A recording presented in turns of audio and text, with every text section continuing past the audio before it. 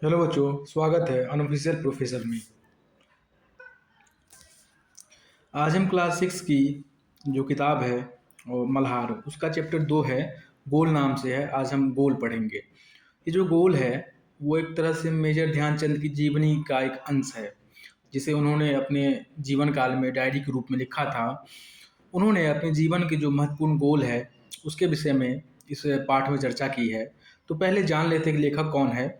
तो इसके जो लेखक है वो है मेजर ध्यानचंद जी, जिनका उपनाम है हॉकी का जादूगर।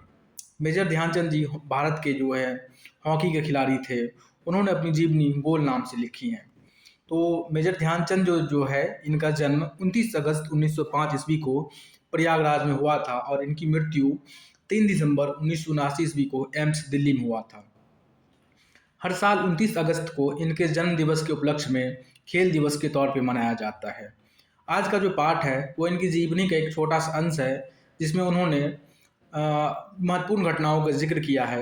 तो पहला घटना जो है, उन्होंने ये जिक्र किया है कि उनका मैच जो है सेपर्स एंड माइनर्स के बीच हो रहा था, जब एक खिलाड़ी ने गुस्से में आकर के उनके सिर पे हॉकी मार दी थी और उन्होंने उस खिलाड़ी से कहा था कि मैं इसका बदला तो ज़रूर लूँगा।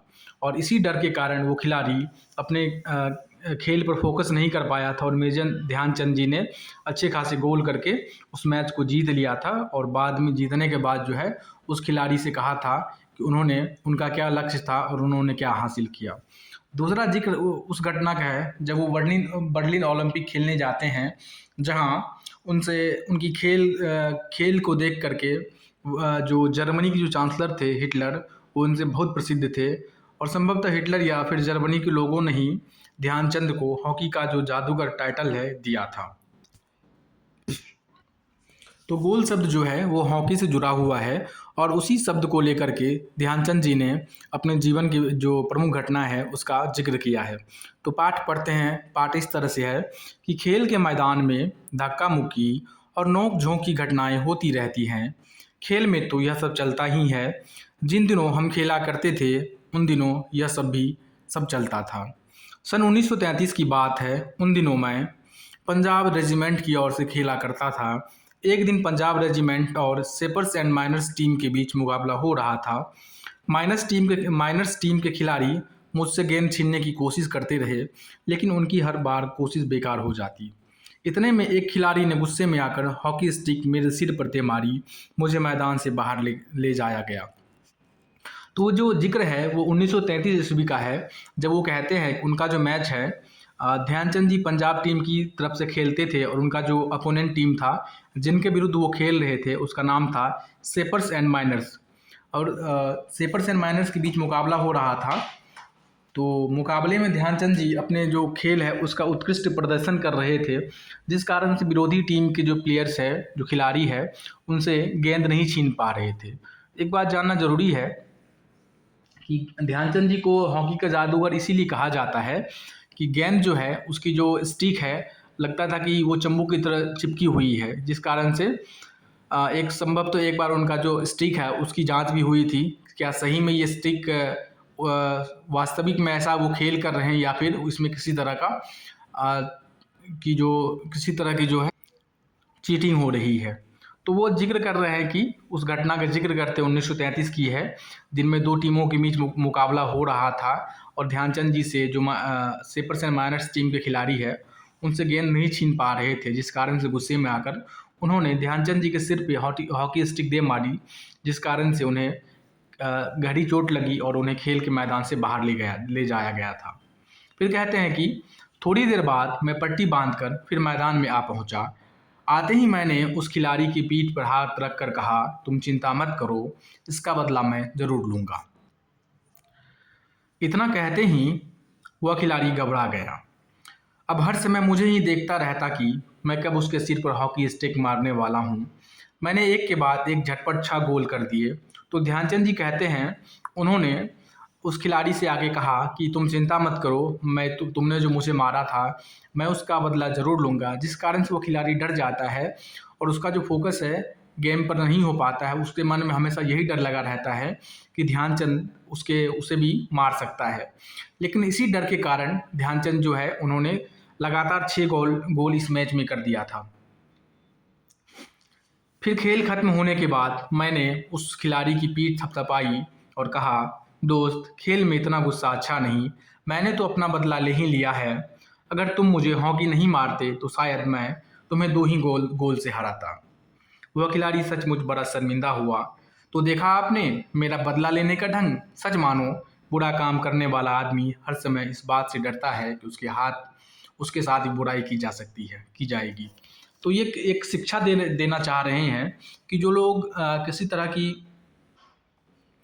जो चोर होते हैं, जो किसी भी तरह का अपराध करते हैं, तो उनके मन में एक भावना हमेशा डर रहता है कि संभवतः उसके साथ भी इस तरह की घटना हो सकती है, जिस कारण से वह अपने अन्य कामों के अलावे उसी बात पर अपने आप फ़ोकस रहता है कि मैंने जो किया है उसका फल मुझे भी मिल सकता है।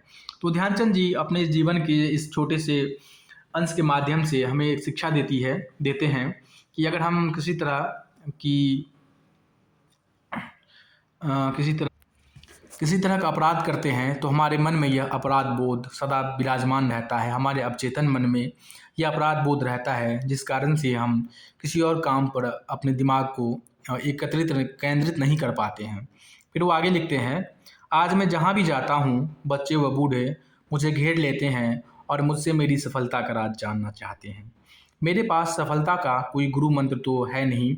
हर किसी से यही कहता कि लगन, साधना और खेल भावना ही सफलता के सबसे बड़े मंत्र हैं।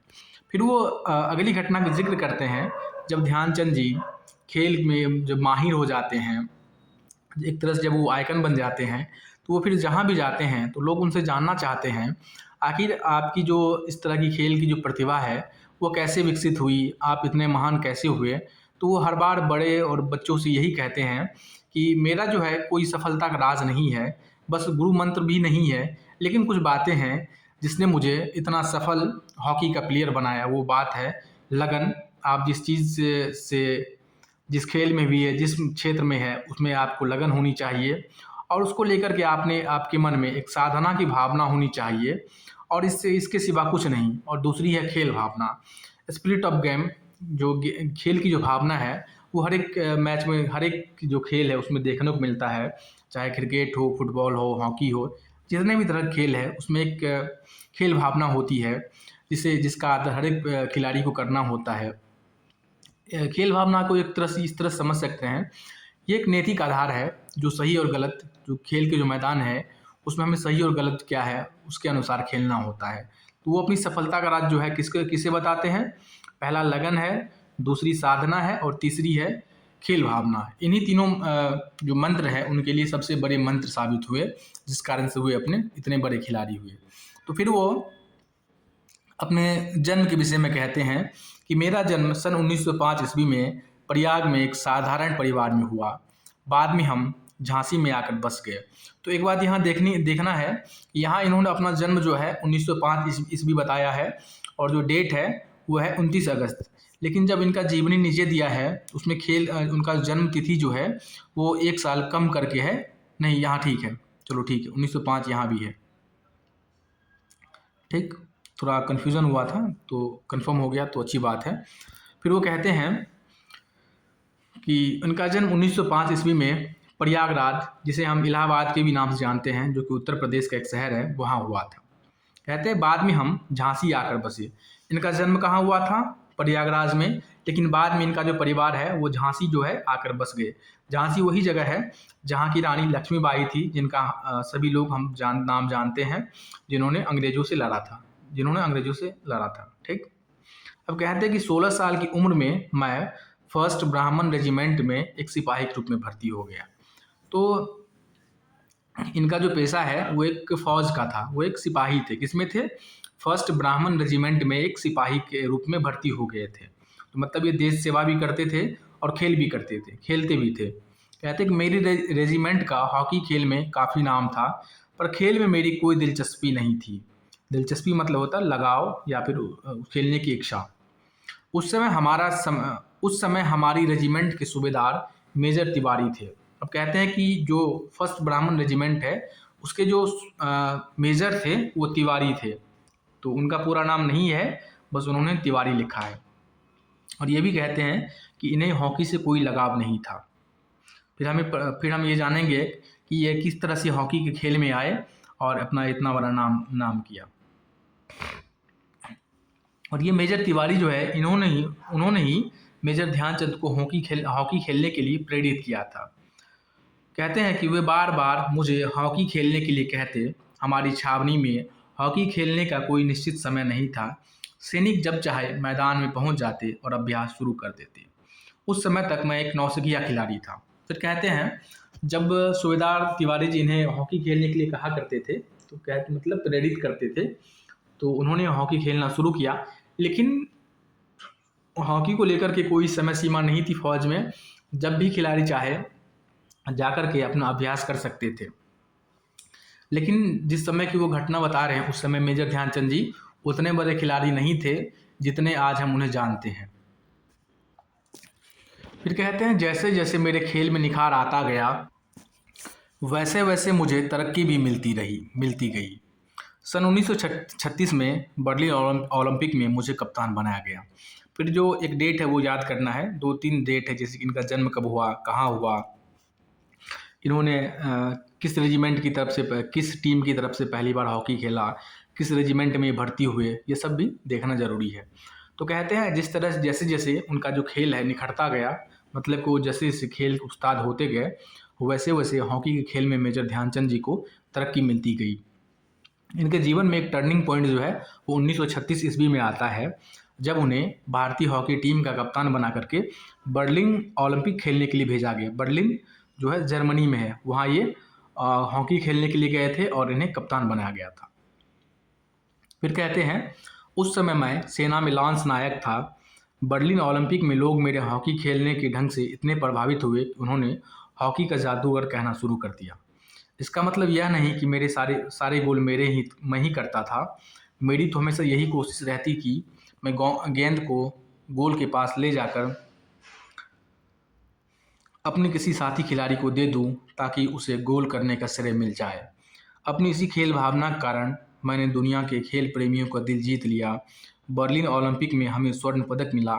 खेलते समय मैं हमेशा इस बात का ध्यान रखता कि हार या जीत यह मेरी नहीं बल्कि पूरे देश की है। तो फिर कहते हैं कि बर्लिन ओलंपिक में इन्हें कप्तान बनाकर भेजा गया और उन्होंने अच्छा प्रदर्शन किया, और जो एक होता है ना कि श्रेष्ठ प्रदर्शन किया, जिस कारण से लोग इन्हें हॉकी का जादूगर कहने लगे। तो हिटलर ने इन्हें नहीं दिया था ये नाम जर्मनी के लोगों ने इन्हें दिया था हॉकी का जादूगर। तो एक बात और है कि जब ये भर्ती हुए थे सेना में, तब वो सिपाही थे, लेकिन जब वो जर्मनी गए थे 1936 में हॉकी खेलने के लिए, तब इनका जो पद है बढ़ा करके लांस नायक कर दिया गया था।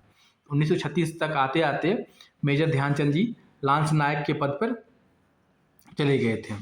फिर कहते हैं कि लोगों ने इन्हें हॉकी का जादूगर कहना शुरू कर दिया। फिर अपनी दिल की बात कहते हैं कि ये कहते हैं कि ये जितने गोल हुए, ये गोल सिर्फ मेरा नहीं था, मेरे सारे टीम का जो है उनका था। लेकिन इन्होंने अपने योगदान को रेखांकित करते हुए कहा है कि मैं बस यही चाहता था कि मैं गेंद ले जा करके अपने साथी खिलाड़ी के दे दूं ताकि वो भी गोल कर पाए, ठीक ना।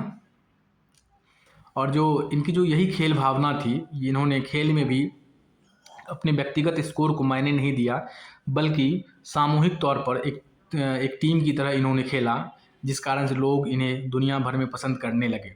फिर आगे कहते हैं कि इस खेल में, इस ओलंपिक में, जो बर्लिन ओलंपिक 1936 में हुआ था, उनमें इनकी टीम ने स्वर्ण पदक जीता था, मतलब गोल्ड मेडल इन्होंने जीता था बर्लिन में। और दूसरी बात कहते हैं जो राष्ट्र की भावना कहते हैं। ये कहते हैं कि जो हार या जीत था वो व्यक्तिगत इनका नहीं था, वो पूरे भारत के लिए था। इसलिए इन लोगों ने हमेशा व्यक्तिगत स्कोर को कम आंका और सामूहिक स्कोर को अधिक महत्व दिया, जिस कारण से इन्होंने उस खेल को जीत लिया था। धन्यवाद। आज के लिए इतना ही। फिर अगली क्लास में या फिर आगे जब वीडियो बनेगी तो उसका प्रश्न उत्तर के बारे में हम लोग देखेंगे।